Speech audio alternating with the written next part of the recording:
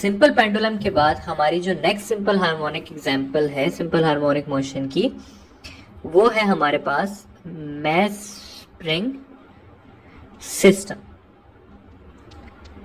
ठीक है, इस सिस्टम में क्या होता है कि हमारे पास एक मैस होता है which is attach to a spring, जैसे कि नाम आपको जाहिर कर रहा है। अच्छा, अब हमारा ये माइंड है कि मैस स्प्रिंग सिस्टम किताब में एक है, लेकिन किताब में एक है, हमने दो किस्म का मैस स्प्रिंग सिस्टम पढ़ना होता है। एक हमने students horizontal mass spring system पढ़ना होता है जो कि हमारी बुक में दिया हुआ है, और एक हमें वर्टिकल मैस स्प्रिंग सिस्टम पढ़ना होता है जो कि हमें स्पेसिफिकली एंट्री टेस्ट के पॉइंट ऑफ व्यू से देखना होता है। अगर हॉरिजॉन्टल मैस स्प्रिंग सिस्टम की बात करें तो ये वो वाला सिस्टम है जो कि हमारी बुक में दिया हुआ है, जिसमें एक मैस जो है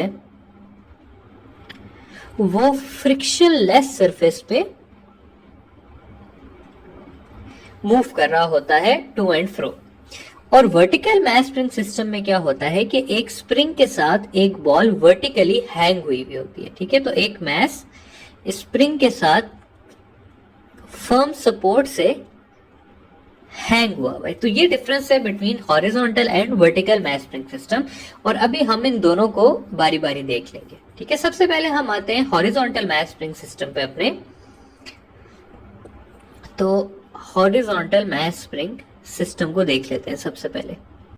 अच्छा जी, हॉरिजॉन्टल मैस स्प्रिंग सिस्टम में है क्या, अगेन मैं आपके लिए यहाँ पे डायग्राम बना देता हूं कि एक स्प्रिंग है और वो इस मैस के साथ अटैच हुआ है।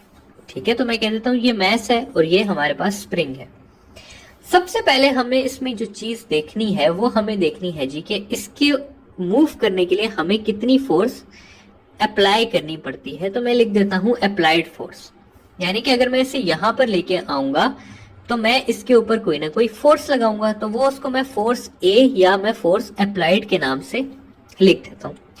अब वो फोर्स जो है वो है हमारे पास अकॉर्डिंग टू हुक्स लॉ। ठीक है, और हुक्स लॉ हमारे पास क्या है, हुक्स लॉ जो है वो हमें कहता है कि हमारे पास जो फोर्स है वो डायरेक्टली प्रोपोर्शनल है एक्स, यानी कि एक्सटेंशन के विद इन इलास्टिक लिमिट। ठीक है, और जब मैं इसको हटाता हूं तो यहां पर मेरे पास आ जाता है के और यह आ जाता है एक्स। इस के का नाम है स्प्रिंग कांस्टेंट। ठीक है, तो सबसे पहले हमें पता होना चाहिए कि हमारी अप्लाइड फोर्स किसके इक्वल है। तो हमारी अप्लाइड फोर्स एम ए या के एक्स के इक्वल होती है। अगर हम बात कर ले रीस्टोरिंग फोर्स की, ठीक है, रीस्टोरिंग फोर्स की, तो जितनी ही आप अप्लाइड करते हैं उतनी ही आपकी रीस्टोरिंग फोर्स भी होती है, लेकिन ऑपोजिट डायरेक्शन में। तो मैं लिखता हूं कि restoring force is equal to minus of applied force. तो अप्लाइड फोर्स अगर हमारे पास के एक्स है तो restoring force minus k x हो जाएगी। ठीक है, तो अगर कभी आपको सवाल आता है कि रीस्टोरिंग फोर्स तो वो पॉजिटिव के एक्स है, और अगर आपको सवाल आ जाए रीस्टोरिंग फोर्स आ जाए तो वो माइनस के एक्स है, और अप्लाइड फोर्स आ जाए तो वो प्लस के एक्स है। ठीक है, तो इन दोनों में आपको फर्क पता होना चाहिए। तो हमने पहली चीज इसमें रीस्टोरिंग फोर्स को देख लिया। नेक्स्ट चीज हम आते हैं, इस इक्वेशन को थोड़ा सा और आगे लेके जाते हैं कि इक्वेशन हमारे पास आई F is equal to minus k x या प्लस के एक्स। इसमें इस के को स्टडी करना जरूरी है।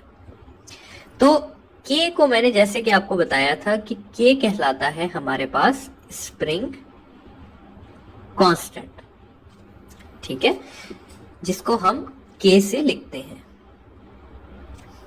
तो स्प्रिंग कांस्टेंट को थोड़ा सा स्टडी कर लेते हैं कि स्प्रिंग कांस्टेंट हमारे पास क्या चीज होती है। अच्छा जी, अगर मैं स्प्रिंग कांस्टेंट की बात करूं तो ऊपर वाली इक्वेशन के हिसाब से स्प्रिंग कांस्टेंट मेरे पास इक्वल आता है एफ ओवर एक्स के, लेकिन क्योंकि ये कांस्टेंट है इसलिए के ना ही एफ पे डिपेंड करता है ना ही के एक्स पे डिपेंड करता है। ठीक है, के के बारे में मजीद अगर बात की जाए तो के जो है वो हमारे पास एक स्केलर क्वांटिटी है और के का यूनिट जो है वो है मेरे पास न्यूटन पर मीटर और इसका यूनिट सेम है एज सरफेस टेंशन। तो अगर कभी आप लोगों से पूछ लिया जाए के यूनिट के बारे में तो के का और सरफेस टेंशन का एक ही यूनिट होता है। अच्छा, थोड़ी सी मजीद बात करते हैं के रिलेटेड। तो के बारे में ये है कि के किन चीजों पे डिपेंड करता है। हमने ये देख लिया कि एफ और एक्स पे तो डिपेंड नहीं करता, तो फिर किन चीजों पे डिपेंड करता है।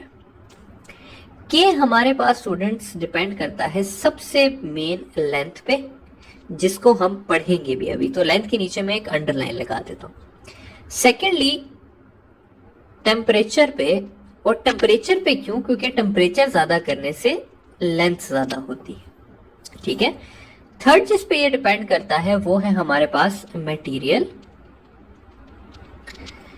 और फोर्थ चीज जो डिपेंड करती है वो है हमारे पास थिकनेस, के हमने कितनी मोटी वायर से अपना स्प्रिंग बनाया है, ठीक है।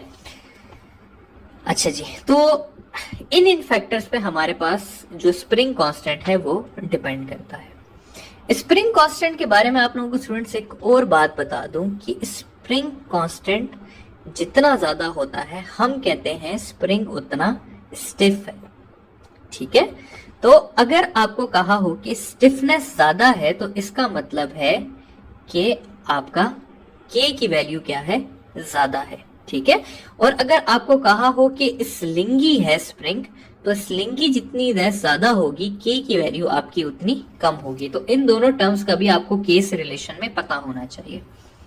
नेक्स्ट चीज पे आते हैं अपनी के relationship of spring constant with length,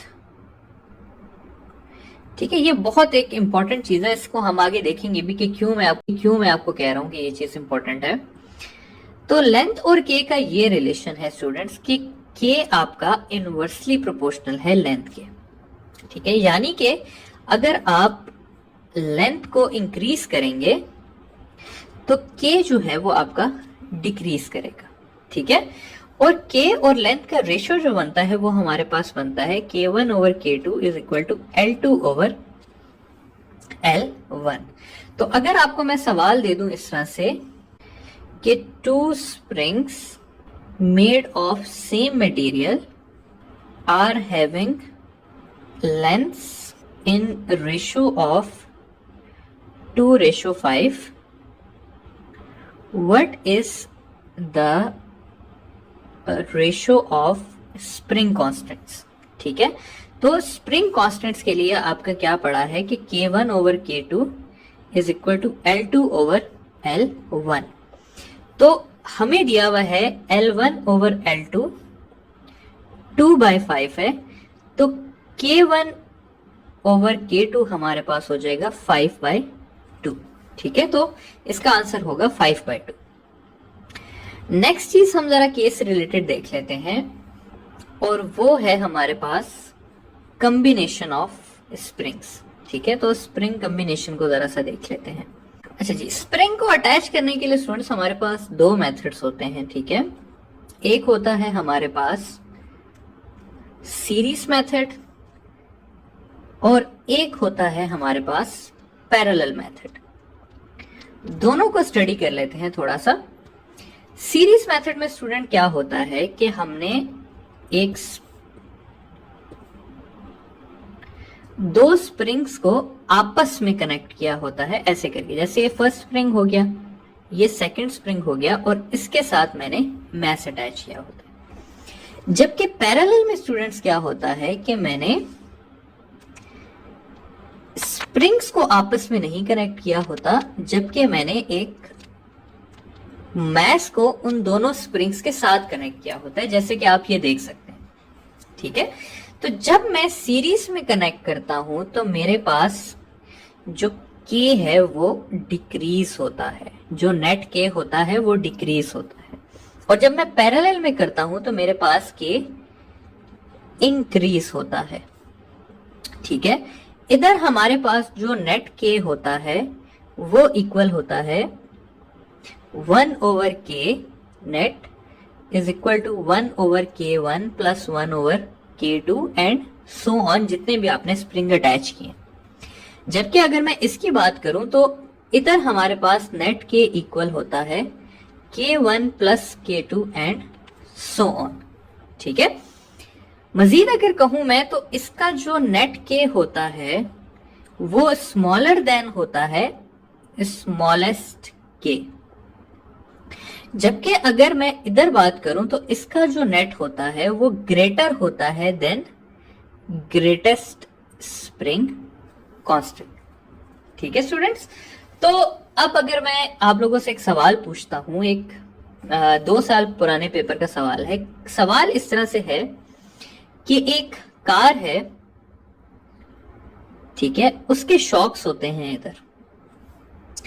अब वो कार के एक स्प्रिंग के स्प्रिंग कांस्टेंट है हमारे पास 1000 न्यूटन पर मीटर, तो उस कार का टोटल के कितना होगा, ये सवाल है। अब आपको ये डिसाइड करना है स्टूडेंट्स कि गाड़ी के 4 टायर हैं।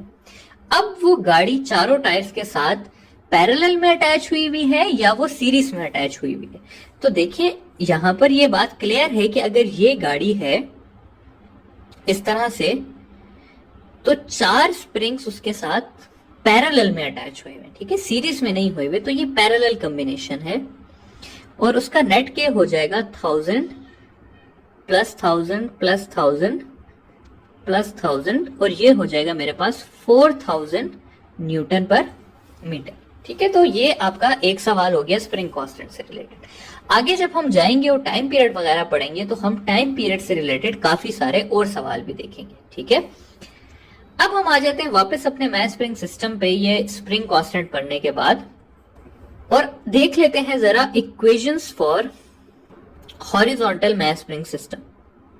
अच्छा जी, अब मैंने आप लोगों को ये सिखाया था स्टूडेंट्स कि आपके लिए जो बेसिक इक्वेशंस हैं वो सारी सेम रहती हैं, यानी कि इंस्टेंटेनियस डिस्प्लेसमेंट की x not sine omega T रहेगी अगर मीन से जा रहे हैं और कॉस ओमेगा टी रहेगी अगर एक्सट्रीम से जा रहे हैं। टाइम पीरियड की इक्वेशन, बल्कि वेलोसिटी की पहले देख लेते हैं। वेलोसिटी की इक्वेशन हमेशा क्या रहेगी, omega x nought square minus x square रहेगी। टाइम पीरियड की इक्वेशन आपके पास हमेशा 2 पाई बाय ओमेगा रहेगी और फ्रीक्वेंसी की इक्वेशन ओमेगा बाय 2 पाई, जबकि एक्सेलरेशन की इक्वेशन ओमेगा स्क्वायर एक्स रहेगी। तो ये इक्वेशंस मैंने आपको समझाया था स्टूडेंट्स कि ये नहीं चेंज होगी। ठीक है, सिर्फ आपने क्या याद रखना होता है, आपने यहाँ पर सिर्फ और सिर्फ ओमेगा की वैल्यू याद रखनी होती है, जो कि मैथ स्प्रिंग सिस्टम के केस में है k बाय एम के इक्वल। ठीक है, अब बारी बारी आप इसमें ओमेगा की वैल्यू पुट करें तो ये आपको मिल जाएगा x not sine k by M T. ठीक है, ओमेगा की जगह आपने k बाय एम डाल दिया। यहां आपके पास इक्वेशन चेंज हो जाएगी और हो जाएगी k by M x nought square minus x square. इसकी इक्वेशन चेंज होके हो जाएगी 2 पाई एम बाय के। ये इक्वेशन चेंज हो जाएगी 1/2 बाय k बाय एम और ये इक्वेशन चेंज हो जाएगी आपके पास k बाय एम एक्स के। ठीक है, अब यहां पर अगर आप इस आखिरी सिर्फ चीज को देखें, यहां पर सॉरी माइनस भी आता था, मैंने माइनस नहीं लिखा क्योंकि एक्सेलरेशन डायरेक्टेड टुवर्ड्स मीन होती है। तो इस आखिरी इक्वेशन को अगर मैं देखूं, यानी कि acceleration is equal to minus k by M x को, तो यहां पर k बाय एम मैं कांस्टेंट लेता हूं तो एक्सेलरेशन जो है वो डायरेक्टली प्रोपोर्शनल हो जाती है माइनस एक्स के। तो ये शर्त किसकी थी हमारे पास, सिंपल हार्मोनिक मोशन की, कि acceleration is directly proportional to mean position, और secondly acceleration is directed towards mean position. ठीक है, तो इसलिए हम कहते हैं कि मैथ स्प्रिंग सिस्टम क्या है, एक SHM है, एग्जाम्पल ऑफ SHM है। ठीक है, तो ये सारी इक्वेशंस आ गई। अब हमने जरा इसके आगे रिलेशंस देखने हैं कि रिलेशंस क्या है। एक बात मैं आपको बताता चलूं स्टूडेंट्स के जितने भी SHMs हैं उस पे वो जो मैंने आपको टाइम पीरियड वाली बात सिखाई थी, एम्पलीट्यूड वाली बात सिखाई थी, वेलोसिटी वाली, एक्सेलरेशन वाली, वो सारी जो दूसरे लेक्चर में थी, वो सर्कुलर मोशन वाली, वो सारी इसमें वैलिड होती है। ठीक है, तो अगर मैं आपसे सवाल पूछ लूं कि velocity of mass spring system eight mean position, तो वो मैक्सिमम वेलोसिटी होगी। उसकी इक्वेशन क्या होगी? उसकी इक्वेशन ओमेगा एक्स नॉट होगी। ठीक है, या ओमेगा इस केस में k बाय एम है तो k by M x nought हो जाएगी। अगर मैं कहूं कि time period from mean to x nought, तो वो आपका t बाय 12 होगा। ठीक है, from mean to x nought by 2, तो वो t बाय 12 होगा। तो वो सारी बातें जो हमने पढ़ी हैं वो सारी की सारी SHM के लिए वैलिड होती हैं। ठीक है, आगे जाते हैं थोड़ा सा और टाइम पीरियड को डिटेल में थोड़ा सा डिस्कस कर लेते हैं कि टाइम पीरियड की क्या क्या वेरिएशंस हैं। ठीक है, तो टाइम पीरियड को स्टूडेंट्स हमने देखा है कि टाइम पीरियड की यहां पर इक्वेशन है हमारे पास t is equal to 2 pi m by k। इसमें जो सबसे पहला रिलेशन बनता है हमारे पास वो बनता है टाइम का और मैस का। तो अगर मैं मैस ऑफ द बॉल, यहां पर मैं mass of the ball 2 times increase कर देता हूं, तो टाइम पीरियड पे हमारे क्या फर्क आएगा? तो टाइम पीरियड पे आएगा जी कि टाइम पीरियड हो जाएगा 2 पाई 2 m बाय k हो जाएगा। यहां से अगर मैं √2 अलग कर दूं तो इसकी इक्वेशन बच जाएगी 2 पाई m बाय k, और ये ओरिजिनल टाइम पीरियड आ जाएगा। तो ये हो जाएगा मेरे पास √2 times of original time period, या 1.4 times of original time period. तो कहने का मतलब क्या है कि अगर मैं मैथ्स को बढ़ाऊंगा तो टाइम पीरियड क्या होगा? इंक्रीज होगा। अगली चीज जो है स्टूडेंट्स वो है हमारे पास k से रिलेटेड, कि टाइम पीरियड जो है वो है हमारे पास k के इनवर्सली रिलेटेड। अब इसके फर्दर हमने कुछ सवाल देखने हैं। ठीक है, सवाल इसके हमने क्या देखने हैं? सवाल सबसे पहले आसान से शुरू करते हैं, और आसान सवाल ये है मेरे पास कि मैं k को 2 टाइम्स कर देता हूं तो टाइम पीरियड कितना हो जाएगा। ठीक है, बहुत आसान सवाल है। अगर मैं k को 2 टाइम्स कर देता हूं तो टाइम पीरियड मेरे पास हो जाएगा 2 पाई m बाय 2k, या मैं लिख सकता हूं t is equal to original time period divided by √2, या time period is equal to 0.7 of original time. ठीक है, तो टाइम पीरियड डिक्रीज हुआ बाय 0.7 टाइम्स हो गया। एक और सवाल करता हूं यहां से आप लोगों से। सवाल दूसरा मैं ये करता हूं, मैं कहता हूं जी के लेंथ को इंक्रीज करता हूं 2 टाइम्स, तो टाइम पीरियड पे क्या फर्क पड़ेगा? अब देखिए स्टूडेंट्स, इस इक्वेशन में आपको कहीं लेंथ नजर आ रही है? मुझे तो नहीं आ रही। तो लेंथ अपेरेंटली नजर नहीं आ रही, लेकिन लेंथ का इफेक्ट k पर है। ठीक है, क्योंकि अगर आप लेंथ को 2 टाइम्स ज्यादा करेंगे तो k आपका 2 टाइम्स कम हो जाएगा। इसलिए ये चीज याद रखें कि टाइम पीरियड और लेंथ का एक दूसरे के साथ √2 का डायरेक्ट रिलेशन होता है मैस स्प्रिंग सिस्टम में। ठीक है, तो ये चीज आपको नजर नहीं आती, लेकिन ये चीज मौजूद होती है क्योंकि इसका k के साथ रिलेशन होता है। सही है, तो आपने ये चीज याद रखनी है। अच्छा, ये जो चीज मैं इसको बॉक्स में बना देता हूं ताकि आप लोगों को याद रह जाए कि ये आपने याद रखना है। तो अगेन इसका क्या रिलेशन बन जाएगा कि लेंथ को आप 2 टाइम्स करें तो टाइम पीरियड आपका √2 टाइम्स इंक्रीज हो जाएगा, या 1.4 टाइम्स इंक्रीज हो जाएगा। ठीक है, एक और सवाल देख लेते हैं यहां पर। सवाल यह है कि मैं एक स्प्रिंग को जिसकी लेंथ L थी उसको मैं 2 हाफ्स में डिवाइड करता हूं, और उन हाफ्स को मैं पैरेलल में कनेक्ट कर देता हूं, यानी कि एक हाफ ये आ गया, दूसरा हाफ ये आ गया, इस तरह करके मैं कनेक्ट कर देता हूं। तो टाइम पीरियड पे क्या फर्क पड़ेगा? मतलब पहले आपने बताना है कि इसका टाइम पीरियड कितना है और फिर इसका कितना है। मैं कहता हूं इसका टाइम पीरियड टी है और इसका टी डैश है, तो अब इसका न्यू टाइम पीरियड कितना होगा? देखिए स्टूडेंट्स, इसकी लेंथ हो गई हाफ, तो अगर लेंथ हाफ हो गई तो के 2 टाइम्स हो गया। ठीक है, तो इसका भी फर्स्ट स्प्रिंग का भी, यानी कि इसका भी 2k हो गया और इसका भी 2k हो गया। तो नेट हमारे पास जो k की वैल्यू आई वो आई 2k plus 2k which is equal to 4k। तो बेसिकली हमारे पास k कितने टाइम्स हो रहा है? 4 टाइम्स हो रहा है। अब ये जब मैं टाइम पीरियड की इक्वेशन में डालूंगा तो मेरे पास आंसर आ जाएगा m/4k, या t dash is equal to original t divided by 2, या मैं कह सकता हूं कि कितना हो गया? हाफ हो गया। ठीक है स्टूडेंट्स, तो ये है आपके पास कुछ सवाल related to the time period जिसमें हमने मास की और स्प्रिंग कांस्टेंट के डिफरेंट वेरिएबल्स की बात कर ली। इसके बाद स्टूडेंट्स मैं आप लोगों को एक और चीज बताना चाहता हूं कि फ्रीक्वेंसी जो है, फ्रीक्वेंसी वो होती है इनवर्स ऑफ टाइम पीरियड। तो जितने भी फैक्टर से टाइम पीरियड जो था वो इंक्रीज करेगा, उन तमाम फैक्टर से फ्रीक्वेंसी क्या करेगी? डिक्रीज करेगी। और जितने भी फैक्टर से टाइम पीरियड जो है वो डिक्रीज करेगा, उन तमाम फैक्टर से फ्रीक्वेंसी क्या करेगी? इंक्रीज करेगी। ठीक है, तो ये बात है।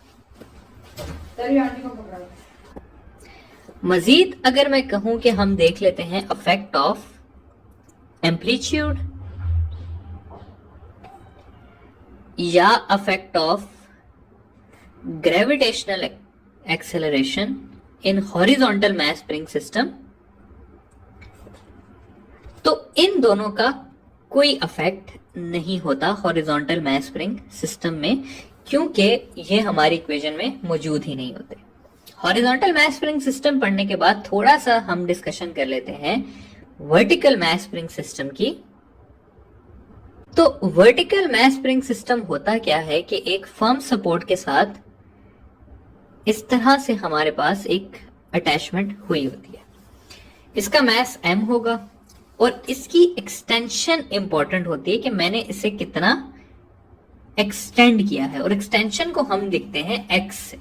ठीक है, इसकी इक्वेशंस देख लेते हैं थोड़ी सी। तो इक्वेशंस वही रहती हैं सेम कि x is equal to x not sine omega t, v is equal to omega x naught square minus x square, a is equal to minus omega square x। Finally जो है वो आपके पास time period is equal to 2 pi by omega और frequency is equal to omega by 2 pi. इसकी omega की value जिस तरह के मैंने आपको कहा है हर जगह पे वो इंपॉर्टेंट है, तो इसकी ओमेगा की वैल्यू आपके पास इक्वल है under root g by x के, जिसमें जी ग्रेविटेशनल एक्सेलरेशन है और एक्स जो है वो इसकी क्या है? एक्सटेंशन है। तो ये सारी इक्वेशंस कुछ इस तरह से मॉडिफाई हो जाती हैं कि x nought sine under root g by x T, ये चेंज हो जाएगी under root g by x x nought square minus x square, ये चेंज हो जाएगी जी बाय एक्स एक्स, और ये एक्स कैंसिल हो जाएंगे तो जी रह जाएगा। ये चेंज होके हो जाएगी अंडर रूट 2 पाई एक्स बाय जी, और ये चेंज हो जाएगी 1/2 पाई जी बाय एक्स। ठीक है, तो ये इस तरह से चेंज हो जाएंगी। फाइनली टाइम पीरियड को देख लें तो इसमें टाइम पीरियड हमारे पास इक्वल है t is equal to 2 pi x over g के। तो इसमें हम देख लेते हैं पहला रिलेशन अपना एक्सटेंशन के साथ कि अगर मैं एक्सटेंशन को 4 टाइम्स इंक्रीज करूंगा तो टाइम पीरियड पे क्या फर्क पड़ेगा। तो टाइम पीरियड को देख लें 2 पाई 4x बाय g, या मैं इसको लिख सकता हूं 2 इंटू 2 पाई x बाय जी, ये इक्वल हो जाएगा ओरिजिनल टाइम पीरियड के। तो टाइम पीरियड हमारे पास 2 टाइम्स इंक्रीज कर जाएगा अगर मैं 4 टाइम्स बढ़ाता हूं तो। नेक्स्ट चीज है कि ग्रेविटेशनल एक्सेलरेशन के साथ देख लेते हैं और अगेन मून की एग्जांपल ले लेते हैं कि मैं एक वर्टिकल मास स्प्रिंग सिस्टम को मून पे ले जाता हूं तो उसके टाइम पीरियड पे क्या फर्क पड़ेगा। तो टाइम पीरियड और ग्रेविटेशनल एक्सेलरेशन का इनवर्स का रिलेशन है। तो g होता है मून पे हमारे पास g/6 ऑफ अर्थ। तो इस इक्वेशन को मैं चेंज कर दूंगा तो ये हो जाएगा मेरे पास 2πx g/6। ये 6 ऊपर चला जाएगा और मेरे पास एंड में बच जाएगा √6 इंटू टी। ठीक है, तो 6 टाइम्स आपका √6 टाइम्स टाइम पीरियड इंक्रीज कर जाएगा। और यहीं पे अगर स्टूडेंट्स हॉरिजॉन्टल लिखा होता तब आप लोग क्या करते, तो हॉरिजॉन्टल लिखा होता तो इसका आंसर हो जाता नो अफेक्ट। ठीक है, क्योंकि horizontal mass spring system gravitational acceleration पे डिपेंड नहीं करता। फाइनली देख लेते हैं हम अफेक्ट ऑन मैस। मैं कहता हूं कि मैं मैस ऑफ बॉल को जो है या मैस ऑफ जो बॉडी है उसको 10 टाइम्स इंक्रीज करता हूं तो टाइम पीरियड पे क्या फर्क पड़ेगा, तो टाइम पीरियड पे कोई अफेक्ट नहीं पड़ेगा। ठीक है, तो ये है जी रिलेशंस आपके पास हॉरिजॉन्टल और वर्टिकल मास स्प्रिंग सिस्टम के। टॉपिक यहाँ पे हमारा खत्म होता है और आगे हम जाते हैं एनर्जी कंजर्वेशन की तरफ।